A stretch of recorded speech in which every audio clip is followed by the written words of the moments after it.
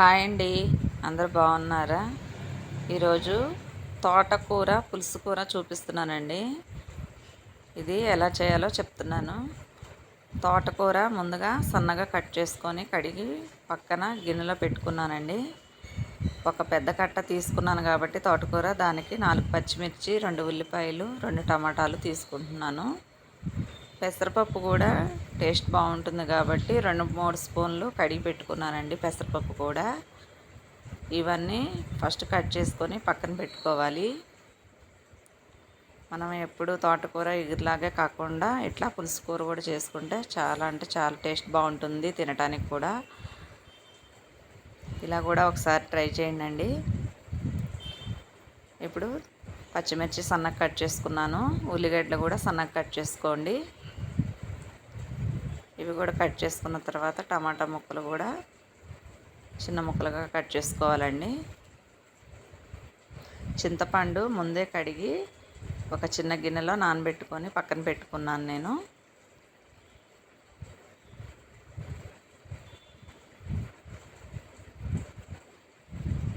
ఇవన్నీ కట్ చేసి పక్కన పెట్టుకున్నాక ఒక వెడల్పాటి గిన్నె తీసుకోవాలండి. ఉడకటానికి కూడా ఫ్రీగా ఉంటుంది.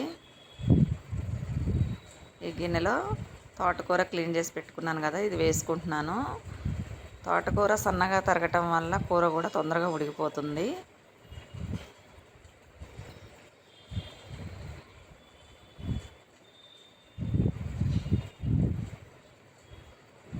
తోటకూర వేసుకున్న తర్వాత పెసరపప్పు కడిగి పెట్టుకున్నాను. మరీ ఎక్కువ అవసరం లేదు, టేస్ట్ కోసం ఒక 3 స్పూన్లు నానబెట్టుకున్నాను నేను.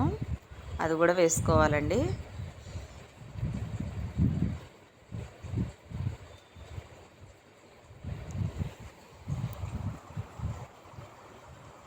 పిల్లలు ఒట్టి తోటకూర కూడా ఇష్టపడరండి. ఇలాగా పెసరపప్పు వేసుకుంటే టేస్ట్ కూడా బాగుంటుంది. కొంచెం చూడడానికి కూడా పప్పులాగా ఉంటుంది కాబట్టి తింటారు. ఇందులోనే పచ్చిమిర్చి, ఉల్లిపాయలు, టమాటా ముక్కలు కూడా వేసుకుంటున్నాను.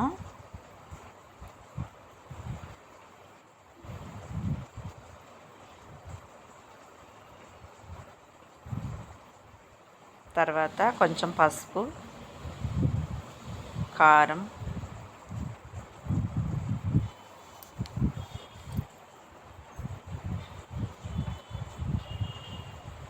కారం కూడా ఇందులోనే వేసుకోవాలండి. ఒకవేళ మనకి ఏదైనా సరిపోకపోతే ఉడికేటప్పుడైనా వేసుకోవచ్చు. తర్వాత ఉప్పు కూడా వేసేసుకోవాలి దీంతో పాటే.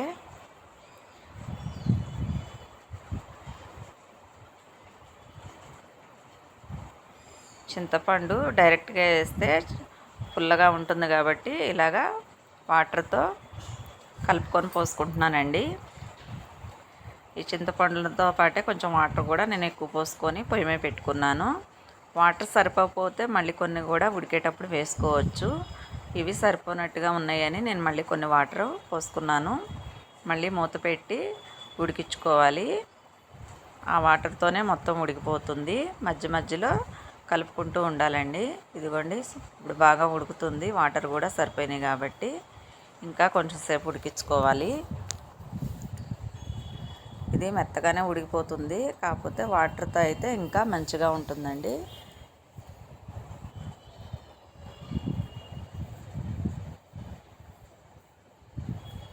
మధ్య మధ్యలో మూత తీసుకొని కలుపుకుంటూ ఉండాలి. ఇప్పుడు మొత్తం దగ్గరికి ఉడికిపోయిందండి. ఇది పప్పు గుత్తితో కొంచెం కలబెట్టుకోవాలి.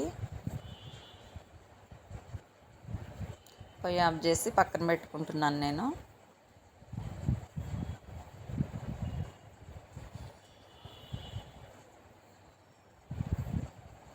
అన్నీ ఉడికిపోయాయి. ఇప్పుడు పప్పు గుత్తి తీసుకొని కొంచెం కలుపుకోవాలండి. ఈలోపు పోపుకు కూడా పొయ్యి మీద ఆయిల్ వేసి పెట్టుకుంటున్నాను.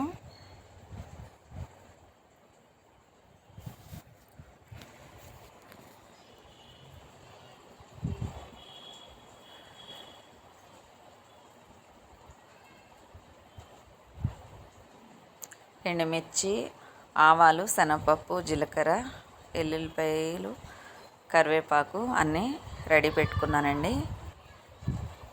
ఆయిల్ వేడెక్కేలోగా ఇది పప్పు గుత్తితో ఇలా రుబ్బుకుంటున్నాను.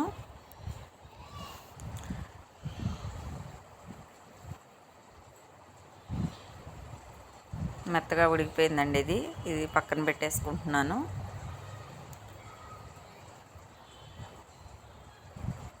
ఇప్పుడు పోపు వేసుకుంటున్నాను. ఫస్ట్ ఎండుమిర్చి వేసుకోవాలి. తర్వాత ఆవాలు, శనగపప్పు వేసుకుంటున్నాను.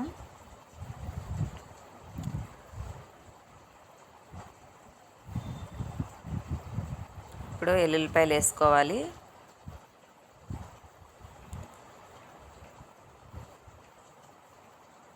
ఇవి కూడా 3-4 రెబ్బలు తీసుకున్నానండి ఎల్లిపాయలు.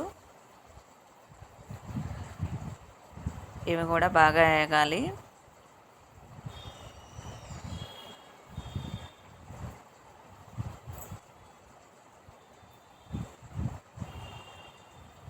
తర్వాత జీలకర్ర, కరివేపాకు కూడా వేసుకోవాలి.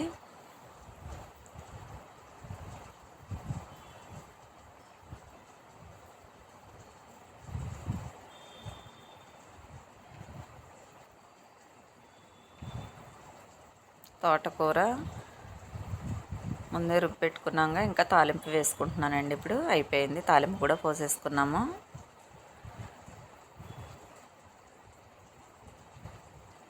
కమ్మని తోటకూర పులుసు రెడీ అయిపోయిందండి. ఇది ఎలా ఉందో చెప్పండి. నా వీడియోస్ నచ్చితే లైక్ చేసుకోండి, సబ్స్క్రైబ్ చేసుకోవటం మాత్రం మర్చిపోకండి. కామెంట్ చేయండి తోటకూర ఎలా ఉందో.